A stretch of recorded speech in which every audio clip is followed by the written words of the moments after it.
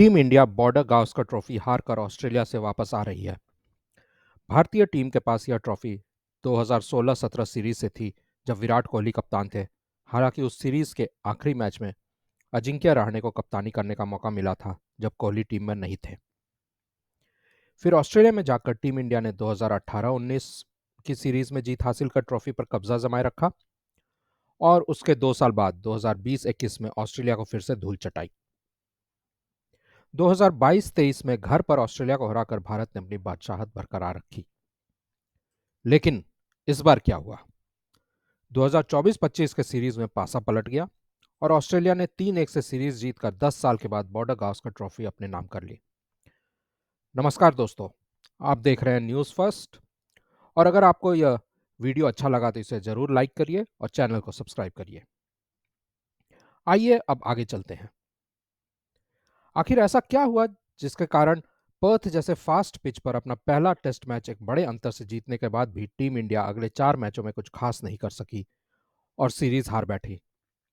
इस हारन के कई कारण हैं और विलन सामने आते हैं, और आइए इस वीडियो में उन सब पर नजर डालते हैं।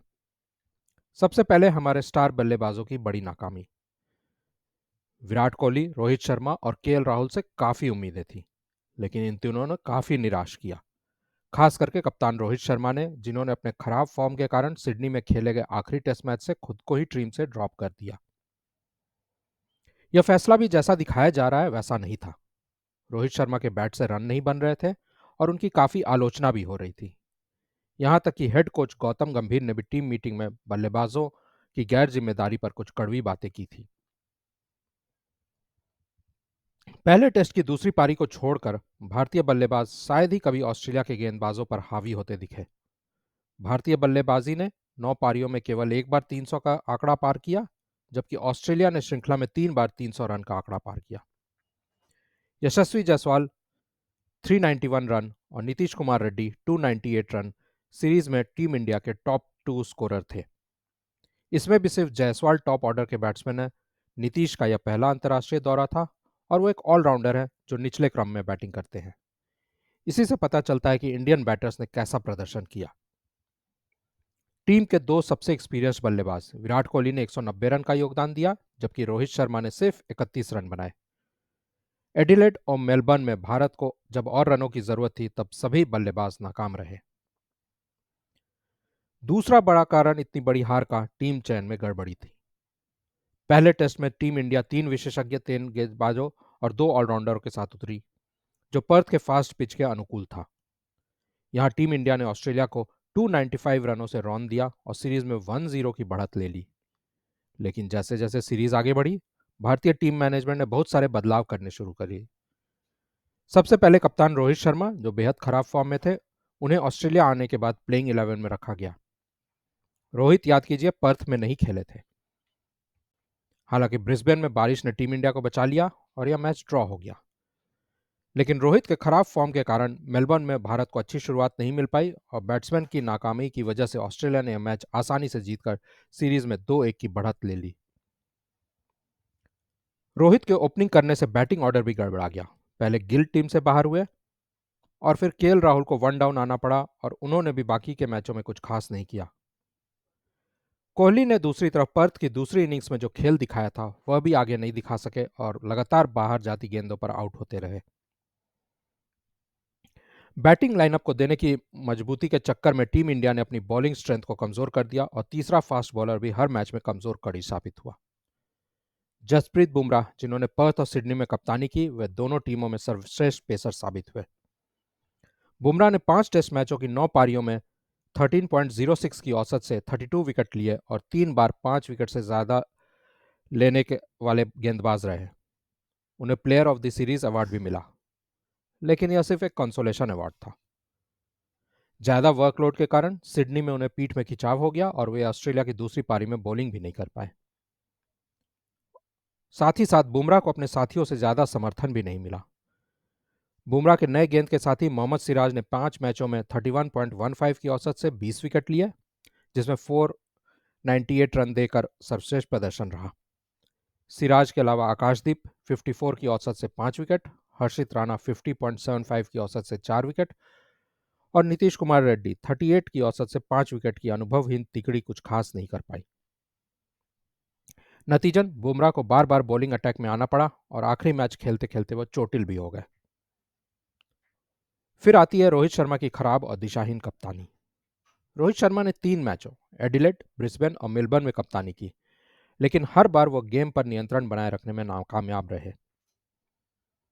भारत को कई बार तेजी से विकेट लेकर ऑस्ट्रेलिया को बैकफुट पर धकेलने में कामयाबी तो मिली, लेकिन रोहित बॉलिंग और फील्डिंग में अटैकिंग नहीं हो सके और मेजबान टीम एक बड़ी पार्टनरशिप के साथ हर बार मैच में वापसी करती रही। रोहित को अक्सर अल्ट्रा डिफेंसिव मोड में जाते देखा गया, खासकर मेलबर्न की दूसरी पारी में, जब भारत ऑस्ट्रेलिया पर दबाव बना सकता था और मैच सेट करने के लिए उन्हें जल्दी आउट कर सकता था। ब्रिस्बेन में भी ऐसा ही हुआ जब उनकी एग्रेसिव कैप्टनसी नहीं दिखी और ट्रेविस हेड और स्टीव स्मिथ को एक बड़ी पार्टनरशिप बनाने का मौका मिल गया। इसके बाद आती है विराट कोहली रोहित शर्मा की खराब बैटिंग। कोहली और रोहित श्रृंखला में अपना प्रभाव डालने में असफल रहे। ऑस्ट्रेलियाई पेस अटैक के विरुद्ध दोनों हर बार नाकाम रहे और इसके कारण मिडिल ऑर्डर पर बहुत ज्यादा भार आ गया। भारत के कप्तान स्थिति के अनुरूप ढलने में असफल रहे। रोहित ने 6 पारियों में केवल 31 रन ही बनाया, यहां तक कि जसप्रीत बुमराह और आकाशदीप जैसे खिलाड़ियों ने भी उनसे ज्यादा रन बनाए। रोहित के अलावा कोहली भी पर्थ के पहले टेस्ट में शतक लगाने के बावजूद बल्ले से कुछ भी यादगार नहीं कर सके। भारत के स्टार बल्लेबाजों का आउट ऑफ फॉर्म होना ऑस्ट्रेलिया की सबसे बड़ी ताकत बन गया, जिसका उनके गेंदबाजों ने बहुत अच्छी तरह से फायदा उठाया। और आखिर में बात करते हैं हेड कोच गौतम गंभीर की।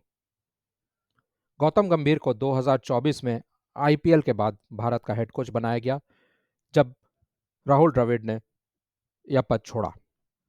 गौतम गंभीर के कोच बनने के बाद से यह टीम इंडिया की टेस्ट सीरीज में दूसरी बड़ी हार है। इससे पहले टीम इंडिया अपने ही घर में न्यूजीलैंड से 3 टेस्ट की श्रृंखला में शर्मनाक तरीके से हारी। यह पहला मौका था जब न्यूजीलैंड ने इंडिया में आकर इंडिया को ही इस तरह से रौंदा था। और अब ऑस्ट्रेलिया में जाकर team India border Gavaskar trophy गंवा बैठी है।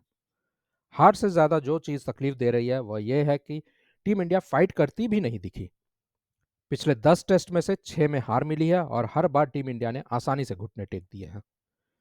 गंभीर खुद एक टॉप ऑर्डर ओपनिंग बल्लेबाज रहे हैं और उनसे यह उम्मीद की जाती है कि हमारे बैटर्स की कमजोरी को ठीक करेंगे, लेकिन उनके रहते विराट कोहली लगातार ऑफ स्टंप से बाहर की बॉल पर आउट हुए और गंभीर ने कुछ भी नहीं किया।